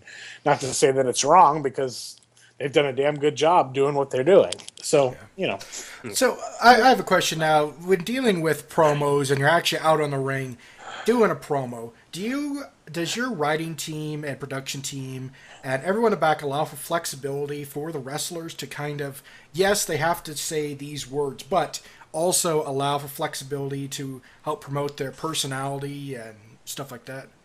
Well, yeah, I mean, we take a conscious effort, and when we're writing everything to try to, and booking the show, to give everybody on the show some sort of importance. As far as, if a talent has a promo that's written for them, I mean, lots of times some guys prefer to just go out there and read what's written for them. Some guys will offer some tweaks to that, and you work with them as long as you get these story points across. There are other guys on this show that have never been on television before, and it's a different experience doing wrestling for television than doing wrestling for in a gym full of people. It's a big difference. So you try. We work on things. We get better at things, and we allow freedom, and we allow input, and we allow everybody to kind of have their feeling. But in the end, it's usually a compromise that's made between everybody involved, so that everyone's happy, and we tell the best story that we can. Right, and that really does come through. Is you could definitely see that there's a difference between the Lucha Underground product and the WWE product. Yes, both are scripted, but like every other wrestling group is. But you could just see a difference. It's just not as formulaic. It's just, it just seems real. You never know what's going to happen on Lucha Underground. Like, if you watch a WWE product, you can pretty much predict what's going to happen on that show or what's going to happen within the next 10 minutes. If you watch Lucha Underground for an hour, you don't know what's going to happen. And watching the premiere of season 2 was just phenomenal. I mean, the wrestling was phenomenal on that. Oh, yeah, it's surprising too. The stuff that happened, and that's one of the things I want to talk about next. Is in WWE we have the Divas Revolution, and I'm putting that in quotes as I'm saying that. Mm-hmm. But on Lucha Underground, it's so much better on different levels. Is that something that it's a collective effort from you guys, or is that something that Robert Rodriguez wanted specifically for the show? Because I know that Robert Rodriguez in his movies and other things, he always has, portrays women as a very, I don't want to say dominant, but equal, as in, they get their shots in too, and very powerful presence in their, things. Well, yeah, I mean, I think we look at entertainment as a whole when we were kind of putting this show together. And, obviously we try to model Lucha Underground after Robert and Quentin and, a lot of those guys and what they do. Yeah. And that was one thing. It was like, let's not make our female characters arm candy or, ditzies. I mean, I guess certain people could be, but let's make them powerful. Let's make, WWE usually, they do preach the, strong, powerful women, but I don't think there's any women that are more stronger or powerful than the women that are on Lucha Underground. And it's not, sorry to interrupt, but it's really not uncommon to go to an indie show even and watch a female wrestler take on a male wrestler. Yeah, I mean, I think the way we looked at this show like entertainment. If you go to watch the Avengers, you'll see Scarlett Johansson beating somebody's butt. If you you watch Kill Bill. Yeah, exactly. I mean, it's like I don't know, and I think it even goes to the fact that you look at Mortal Kombat or Street Fighter or games like that. Like if you look at it that way, it's not anything different. These are superheroes. And this is a fictitious show. It's right. So. Yeah, and I just want to say bravo for the whole for the whole first segment on Vampiro. But we're talking about Divas, so I kind of want to continue that just a little bit with Katrina running the show now. She's like it says on the door, proprietor. Yeah. That segment with her in the office, and then leading to her looking out the window. The whole cinematography between that and then you see Mil Muerte sitting, on high, and the music behind it. Oh my God, I had friggin' goosebumps watching that whole segment, just how it was done. It was like, oh my God, there's Mil. I mean, you really felt like this guy was a god on high, looking down on all the believers, like they like to call them in the temple. Yeah, we had a lot of fun with this season with Dario kind of being gone from the temple right now and what we would do, and we thought that it'd be cool for Katrina and Mil to run things. I think you say the word diva, and I think that word has just been used and taken because it's the WWE's language that they've shoved down everybody's throat. But sure. I don't look at our girls on our show as divas. They're performers, they're actresses, they're athletes, they're wrestlers. Yeah. And I don't know. In a way, I think that even comes off as a negative word for these girls as divas. There's so much more. Totally, and I've known a lot of them for a long time, and I know how talented they are, and we want to use them not as secondary characters on our show, but as main characters on our show. Yeah. I got to tell you, man, Mil Muertes is just a freaking beast. Yeah, he's crazy. He is a flipping beast in that ring. I think he's larger this season than last season, honestly. Yeah. He's a tad bit scary, to be honest with you. Yeah. He is a pretty intimidating dude, and it's been awesome to watch his character grow before our eyes. There's nothing better than watching someone evolve into something totally different and to evolve as a wrestler. And it's great to watch. Yeah, and he will continue to evolve. The man of 1,000 deaths will continue to change and evolve. Now, I don't know how much you can go into this since we haven't really seen him on TV, but what will Rey Mysterio play in Lucha Underground? What kind of role? I think he'll play a very important role in Lucha Underground. Okay. He obviously, I mean, the name Rey Mysterio speaks for itself. In my opinion, the greatest luchador of all time, and we're honored to have him as part of the show, and honored to have him and his character kind of take it into our world, which is it's pretty cool. I think we have some pretty awesome stuff in store for the man from the 619. Absolutely, I'm excited to see him. Right. I Love it. I have just one question, and it's kind of like going off topic a little bit here, but for those people that can't, I'm sure you get this a lot, and everybody backstage gets this a lot, but for those people that cannot see Lucha Underground, is there any type of streaming service, or is there any other way to watch you guys? I know Lucha Underground in general. I know that they're working on it, on some other ways to watch it. But I do know as of right now, there's Sling TV, which you can get a subscription and watch it and support the show. Obviously, I know that there are people out there who pirate the show. Yeah. So are we going to have to get hashtag Netflix Lucha Underground going again? I think that's been out there a good amount of time, but I think good things are in the future for Lucha Underground and its availability for people to be able to see. So yeah, we're going to keep trying to grow and expand this show and help it reach more and more people. I have one question, and I'm going back to women's wrestling. Do you see in the future with all the changes of sports athletes and dealing with women, and now how we're seeing more and more women's athletes, do you ever see a woman actually winning a world title in Lucha and WWE, TNA, any big wrestling organization? Absolutely. Right. No doubt in my mind. And that would be, because I remember I've always heard rumors of China taking the WWE title, at least having, I think she had a WWE title match, correct? I can't remember. We were talking about this the other day. I don't think she ever did, but I might be wrong. Right. Well, she had the IC title, didn't she? Yes, she did. Yeah, something? she did. Yeah. Yeah, but I think it would be really cool for Lucha or any big organization to just say, okay, we're going to make a woman the champion. And it would just be the coolest thing. That would be trend setting, honestly. Yeah.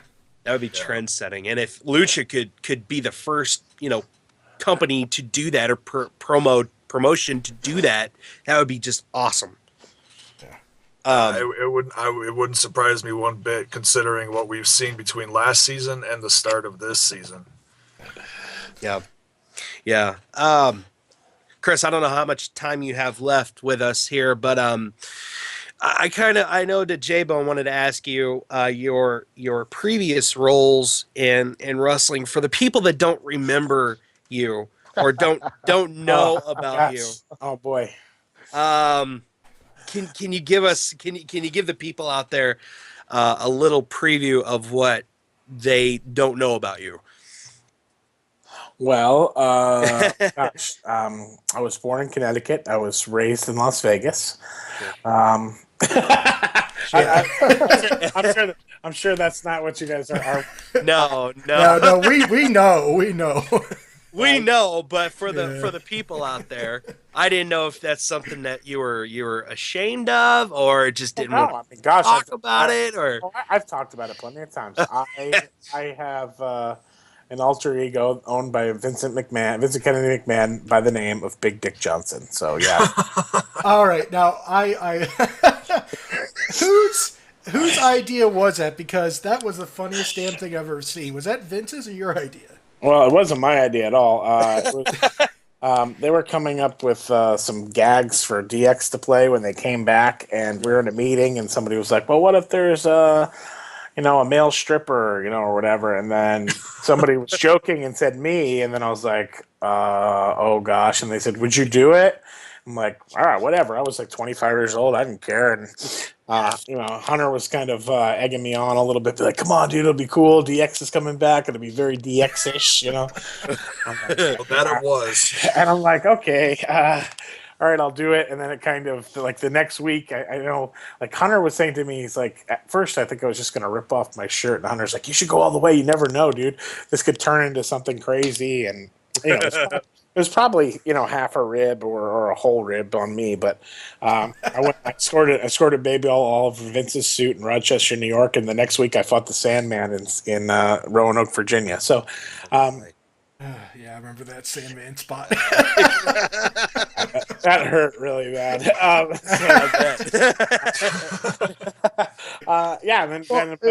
And then other fun times, dressed as babies, New Year, popping out of boxes, stuff like that. It was nice when I was broke because at WWE they really don't pay you anything, at least at that time. So it was like any extra money I could get, dude, to help pay my rent in Connecticut was a good thing. At least you were not the birth child of the fabulous Moolah. At least you just had that going for you. Yes. Well, and the other thing is, like, the way I look at it is one day my grandchildren will probably be really proud of me when they find As long as we've brought up the Big Dick Johnson thing, let me ask this. Oh, gosh. I'm pretty sure that Lucha Underground is more fulfilling, but what was more fun for you? What you're doing now or when you did the dance for Vince? What was more fun for me? What I'm doing now, for sure. I mean, but when I was at WWE, I did more than just that. I wrote, almost 1,000 episodes of television for them. So, like, for me, I mean, I was doing that, and it was stressful and stuff like that. And here, working for Mark Burnett, it's been like so awesome. They're so cool to me. They let me kind of do my thing and let my team do our thing. They trust us, and they let us write. Well, and it seems like you have more of a timeline than you do with WWE, where it had to be like, you had 2 flagship shows within the week, and then possibly writing ideas for pay-per-views and stuff. Yeah, but at the same time, like, a lot of stuff in WWE is planned out well in advance. It's just people just change their mind there every second. Yeah. They don't commit to the storylines, and then politics get involved and everything else. And but somebody does something stupid on a house show one weekend, and then it's like, oh, we got to throw the entire storyline out. It's just to me, it's just it's counterproductive, and I mean, there's times where we had storylines planned out for months and months, and then they just get dropped halfway through, or you work on something you think's really cool, and they never even give it a shot. So. Somebody was asking me the other day of like, oh, what's your favorite idea that got turned down by WWE? And I said, I had so many ideas turned down by them that doesn't matter. I mean, for every one you get in, you're pitched 99. So it's that's kind of and it's also got to be rewarding that you write for a product that is fairly new, versus writing for a product that's been around for years, and you gotta understand of the kind of reactions that your storylines get in WWE versus Lucha Underground, which Lucha Underground has a very, very responsive crowd reaction. Whenever something happens, the crowd loves it in Lucha, and sometimes in WWE, whenever something happens, it's silent. Because every city is different, and that's why I think that's why I connect with. That's one thing that I connect with Lucha with, is that the crowd loves it. They eat it up. Yeah, I think our crowd they're almost a character in the show by themselves, and I think that has kind of helped the show in many ways. I also think that we've we've really focused on the storytelling thing. You got to understand that crowd, they have no idea about anything that's happening backstage. Our announcers have no idea about anything that's happening backstage. Everything we do backstage, we pretty much, there are other talent that are on the show that have no idea what somebody has done in a backstage scene. We just shoot it with them, and then that all comes out as our scripts are written already, but not everybody ever, very few people ever see the entire full script and show. So it is. So like whatever happens on inside the temple live happens inside the temple, so they don't know what matches are going to happen or what they can expect, right? No idea. They don't know why somebody's attacking. That is somebody. awesome. Yeah, it's pretty cool. So it is literally like watching an indie show come to life, because people go to, and I'm not trying to say that Lucha's an indie show by any means, but it's the fact that you have the show on El Rey, and then you have the live show, and it's great. Yeah, so somebody who comes to the live show can watch it on El Rey, and it'll be a totally different experience for them. Yeah, right. Sure. Oh yeah, because you've got editing and stuff that goes on, but yeah, that was going to be one of my questions. Does the audience storyline? So they have no idea. Yeah, as opposed to where on Raw, everything is sequenced and they have the backstage vignettes where you watch live between matches and stuff. And okay, all right. Oh, that explains a lot then. Chris, I have probably just my final questions, or two questions possibly. Do you find it's easier or more difficult to write for a older age demographic? Because I'm assuming Lucha Underground does have a appeal to a higher age demographic than, let's say, WWE, which they're focusing more on the PG era. No, I think it's a lot. At least for me, it's a lot more fun to write something more sophisticated and a little bit more aimed towards older teenagers and adults. It's a little bit more fun for me to do that rather than writing edgy. Silly, the edgy rather than goofy. Goofy 20-minute in-ring segments where people do stupid crap, and it's just so much better to me. The other thing is the other thing I don't miss is writing 20-minute promo segments that really in 2 minutes you could have just said the same thing, but you had to get everybody has to come out. It's it's crazy. Yeah. So you're kind of like us when the Authority or Triple H comes out and they have that 25-minute promo talking section at the first start of the wrestling show, and there is no wrestling for a good 30, 35 minutes. Yeah, totally. I used to have to write those, dude. We're talking pages and pages and pages of dialogue, and then it's be we could just say that Roman Reigns is going to have a match tonight in 2 minutes. Set it up. Let's go. It's very WWE is very corporate. That's the only word I could think of. It's just corporate, and they have a formula for doing things and making money, and they're not going to change it because they make money. Yeah, the funny thing is those promo segments usually rate the highest on the show, so that's why they continue to do them. Yeah, and that's one thing that as wrestling fans, I think some of us have changed over the years. Dizzy and I have had conversations where he's told me that he watches all the promos and skips the matches. And it's hilarious because that's where I was several years ago. And now I skip a lot of the in-between crap and just watch the matches.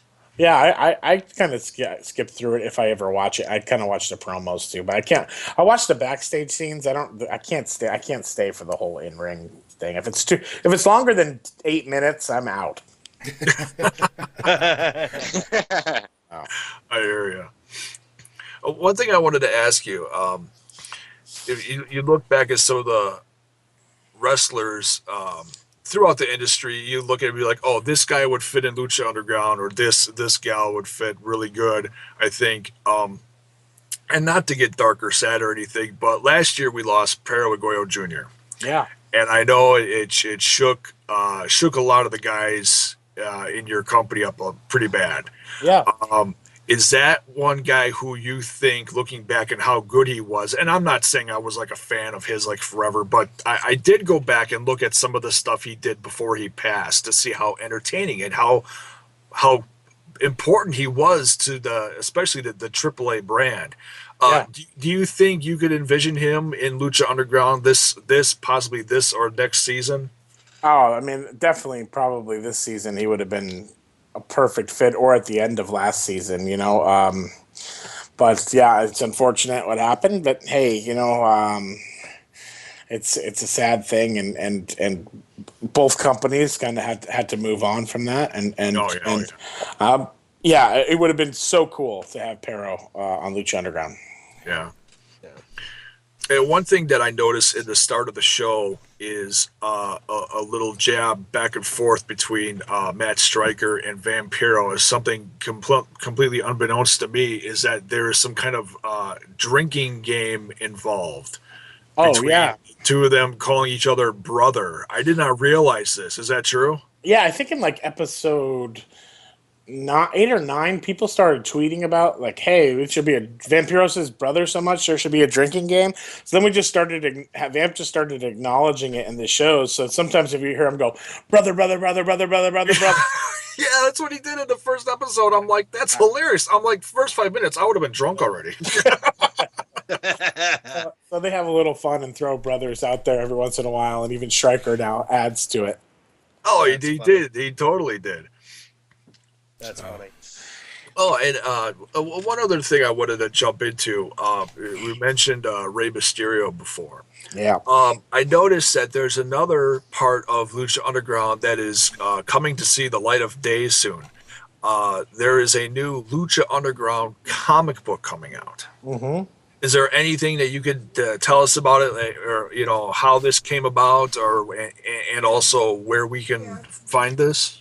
Well, I know that. I helped create these with this guy Justin Ortiz, and then some talented artists and writers who had time to make comic books. I'm just gonna go through things, and we tried to make a few like comic books that happen in between season 2 and season 1 and season 2, and and they're just kind of fun books for people to read, and they're available, I think, on like iTunes or the iBooks or and some other places, comics.com, I think, or something like that. But there's actually hard copy versions that I think will be at like Comic-Cons and things like that. So that'd be incredible. I know at the we just recorded our season finale for season 2 this past weekend, and we gave them out to everybody at the temple. So they're out there. I've got a few copies of them. I actually had one autographed by Rey Mysterio. I've rarely asked for an autograph, but I had to ask for one from Rey. He's been a friend of mine forever, and I've never done it. I usually don't do it with talent. I try to stay professional, but he's just so awesome. I just said, hey, will you please sign my comic book? How long have you been looking at Rey Mysterio as a company? I mean, I know that there's been interest in Rey Mysterio coming to the company for a while. It was kind of a AAA thing where they were going to have him, and then it was kind of like, hey, we can have him on Lucha Underground too. So for a while, I mean, obviously we'd be interested in him. I mean, nothing legitimizes a show called Lucha Underground more than having the greatest luchador ever on it. So that's kind of, I think, was a good thing for us. Sure. How has his health been? Outstanding. Oh, good. He's like a new man out there, man. He's incredible, man. He's just what an incredible performer and athlete. It's nuts. It's nuts to see. It's nuts to see what Rey Mysterio can still do. It's crazy. He's not working 300 days a year. Yeah, definitely. And I think that the temple inspires him a little bit, and that's a good thing, And you should see the look on everybody's faces there. I mean, I'll tell you that probably 90% of our roster, the reason that they became wrestlers was because of him. Yeah. And, it's really cool environment backstage. And he's just like, it's just a pleasure and an honor to have him around. Speaking of environment, I know nobody else has brought this up, but I was kind of curious about it. How was it working with Alberto Del Rio? It was great. Really? I started working with Alberto when he first came to WWE.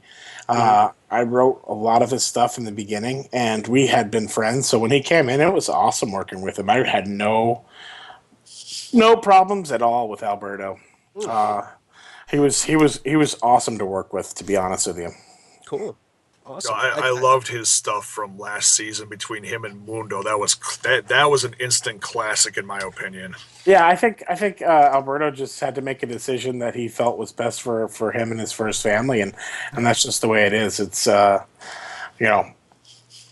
is what it is. I wish him the best for sure. Yeah, absolutely. Well, if nobody has anything else, actually, one of the things that I wanted to bring up is, amidst all the positive and negative things that I've heard about Lucha Underground, one thing that I heard from people that didn't say anything else about Lucha Underground was how great Grave Consequences was, the casket match you guys did. Yeah. Do you have something planned for season 2 that might top that, without telling me what it is or giving me any information about it? Just yes or no, do you have something that you're hoping will top that this year? I think there's a few matches that are out there that are going to be absolutely incredible. Grave Consequences was special in itself, so I don't know if that can ever be compared to anything. In a way, I felt like that match, that and Aztec Warfare, kind of helped put us on the map and get some eyes in the wrestling world. But there is some crazy stuff that we do this season, so hopefully you guys, that's not for me to say, and that's for the fans out there to judge and make a decision on. But hopefully everybody likes what we got there. I will say that there is one match in particular to me. It may not stand out for the same reasons as Aztec Warfare, or as Grave Consequences, but it will stand out for other reasons entirely different. Definitely. Well, I know that everybody here on the show is super excited for season 2, and finally, Jaybone has Mucha Lucha, his segment that this is one of the reasons. Is when I joined this brand, the Ramble About Wrestling podcast, about a year ago, and my love for this show is one of the things that I was like, hey, everybody talks about Raw, everyone talks about all the normal stuff that everyone talks about on every single podcast. But this was something special that just started, and I was like, hey, I'll start talking about Lucha Underground. I'll start doing reviews on here, and I started doing them on my own YouTube channel as well. I've watched them. Really? And that's when you started following me, and I'm going to mark out here for a second, and I told the guys, I'm like, guys, you're not going to believe who just followed me on Twitter. he was crying at that moment when no. Don't lie, damn it, Jaybone. Don't lie in front of him. He was one of the first people to talk about our show on a regular basis, and I really appreciated that. And I said, gosh, I'm going to follow this and watch it every week, because that's important. The people that get behind you from the beginning are the ones who help the show become what it is. So I really appreciate that for sure. Yeah. Oh yeah. Between me and I also watched the Twitwall guys. They do a great review too. And, yeah. There's a lot of fans who've stuck with us from the beginning, and I appreciate that. And those are the people. These shows and stuff like that are the ones that I try to listen to the most and hear the feedback, because it's real people talking about wrestling, and that's what I like. I mean, it's like my buddies that I hang out with at home, and I like to listen to that a lot. Absolutely. I think what we've just learned, guys.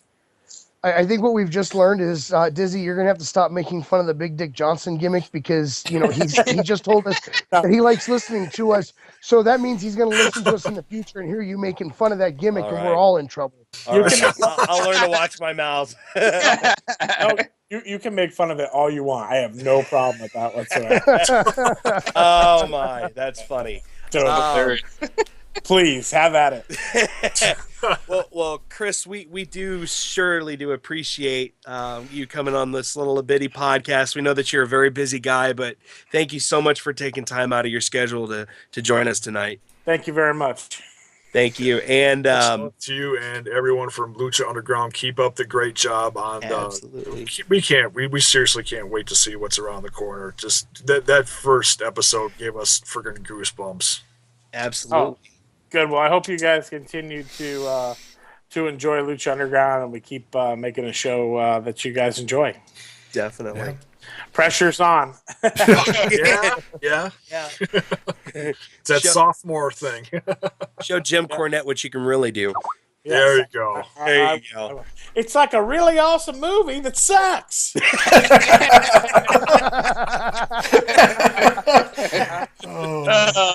I've got one last question for you, and you can stonewall it if you want. It's fine. You're not gonna hurt my feelings. I noticed on Instagram I follow MVP. Yeah. And he threw up a bunch of pictures from what looked like an after party. One very interesting one was he and Rey Mysterio unmasked. That kind of surprised me because that's one thing I haven't seen for years. Can you confirm or deny that MVP is involved in season 2?